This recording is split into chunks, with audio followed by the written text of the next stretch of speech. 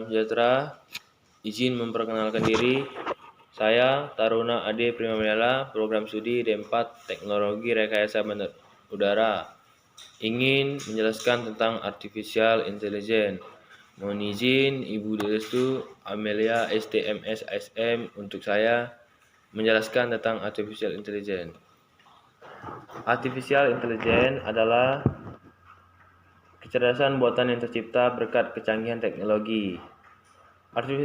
Artificial Intelligence bisa membantu manusia melakukan berbagai hal, makanya sering dijuluki mengadopsi kecerdasan manusia. Bahkan dalam beberapa hal, AI lebih canggih atau Artificial Intelligence.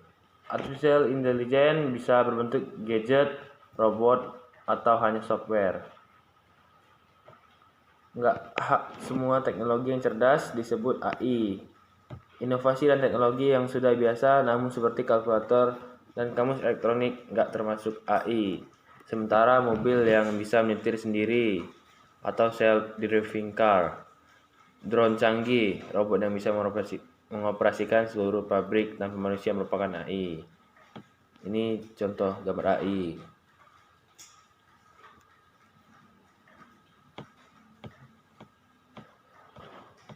Siri, sebuah sistem asisten pribadi dari Apple yang terdapat pada iPhone dan iPad disebut dengan Siri.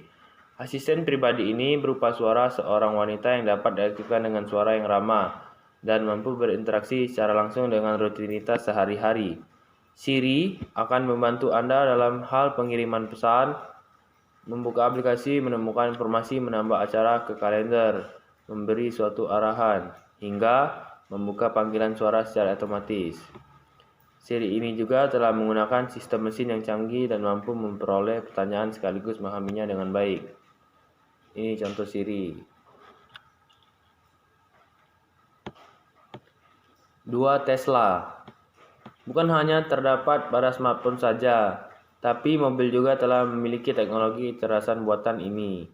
Anda bisa menemukannya pada mobil yang memiliki banyak penghargaan karena memiliki fitur yang canggih. Misalnya memiliki kemampuan dalam memprediksi sesuatu, mengemudi sendiri, sampai inovasi teknologi yang sifatnya absolut. Mobil yang memiliki kecerdasan buatan ini adalah Tesla. Mobil canggih ini cocok untuk Anda yang memiliki impian seperti mobil-mobil yang ada di film Hollywood. Ini dia contoh mobil Tesla. Sekarang masuk ke mekatronika. Apa itu mekatronika? Pengertian mekatronik adalah teknologi atau rekayasa yang menggabungkan teknologi tentang mesin, elektronika, dan informatika untuk merancang, memproduksi, mengoperasikan, dan memelihara sistem untuk mencapai tujuan yang dimanatkan. Seperti diketahui dari definisi, mekatronika adalah gabungan disiplin teknik mesin, teknik elektro, teknik informatika, dan teknik kendali. Pada awalnya, secara khusus tidak ada disiplin mekatronika untuk menggabungkan beberapa disiplin iptek tersebut. Mekatronika memerlukan teori kendali dan teori sistem.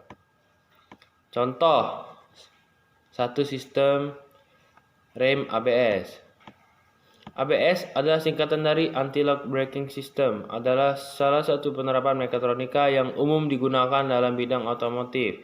Sistem rem ABS dapat mencegah rem terkunci pada saat pengereman mendadak, sehingga laju kendaraan dapat dikendalikan dengan lebih baik karena roda tidak akan terkunci meskipun direm mendadak sekalipun.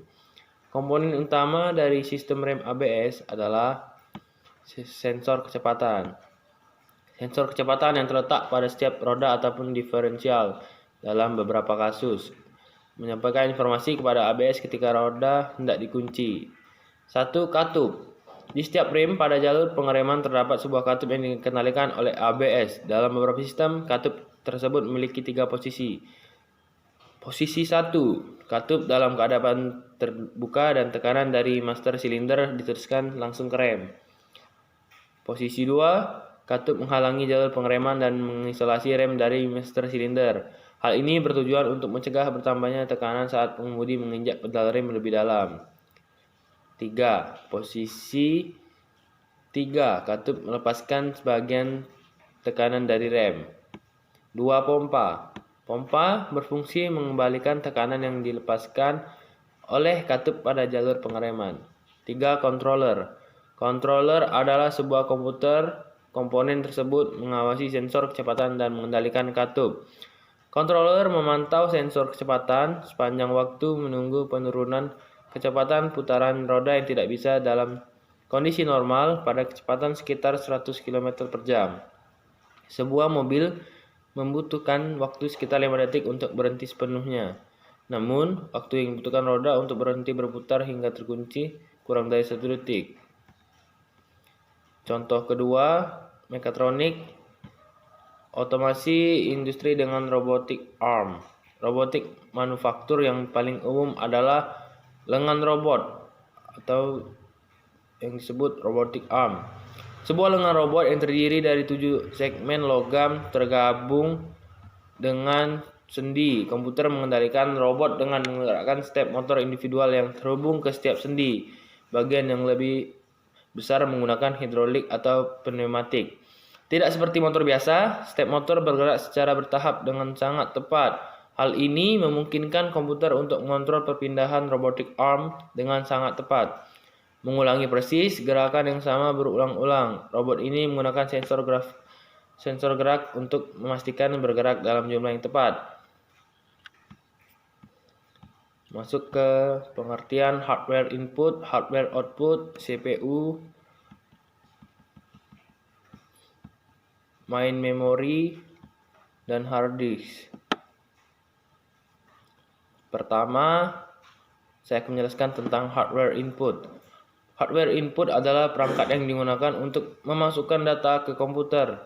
Data yang telah masuk menggunakan hardware input akan diolah melalui suatu proses. Jenis perangkat yang gunanya menginput dan mengontrol data ke dalam komputer. Ada banyak jenis contohnya, seperti keyboard, mouse pen, scanner, disk drive, trackball, dan juga joystick. 2. Hardware output. Hardware output adalah perangkat keras yang ada di komputer yang berguna untuk mencetak dan menampilkan informasi dari hasil input yang berhasil dari hardware input yang sudah melewati proses dari hardware proses. Contoh dari hardware output adalah monitor, speaker, dan printer. Selain 3 jenis hardware yang tadi disebut, masih ada perangkat lain yang penting di dalam komputer, yaitu perangkat tambahan yang berguna untuk membantu komputer untuk menjalankan perintah dari penggunaannya. Contoh hardware dari perangkat tambahan adalah hardware yang menggunakan untuk menyambungkan jaringan internet. Perangkat lainnya yang sering digunakan pada komputer yaitu perangkat penyimpanan atau storage. Perangkat tersebut disebut juga dengan hard disk yang berfungsi untuk menyimpan segala jenis data, file, dan berkas dalam komputer.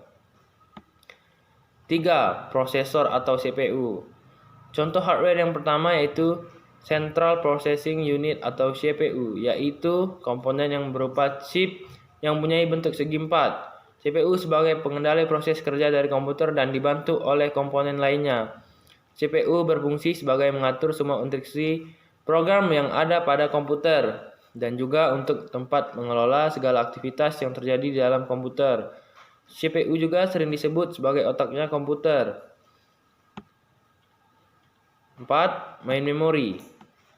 Main memory adalah memori utama di komputer dalam membentuk array yang disusun word atau byte. Kapasitas susunan bisa sampai 1 juta susunan. Main memory digunakan sebagai media penyimpanan data yang berkaitan dengan CPU atau perangkat I/O. 5. Hard disk. Hard disk merupakan media penyimpanan yang digunakan dalam perangkat komputer dalam menyimpan data. Hard disk juga berfungsi untuk media penyimpanan data dalam operating system dan data yang bersifat permanen. Di era digital ini, orang lebih memilih menggunakan SSD yang dikenal lebih modern karena kapasitas yang ada di SSD mempunyai kapasitas yang sangat besar. Hard disk juga merupakan komponen yang berbentuk segi empat yang isinya piringan atau platter. Bentuknya mirip dengan piringan hitam, motor penggerak, head, papan elektronik, dan komponen lainnya yang dibungkus oleh casing yang kuat. Fungsi dari hard disk adalah sebagai booting pada komputer, media penyimpanan data yang berukuran sangat besar dan pengguna bisa menyimpan data yang banyak di sana. serta media-media penyimpanan operation system yang digunakan komputer. Sekian presentasi dari saya. Saya ucapkan terima kasih.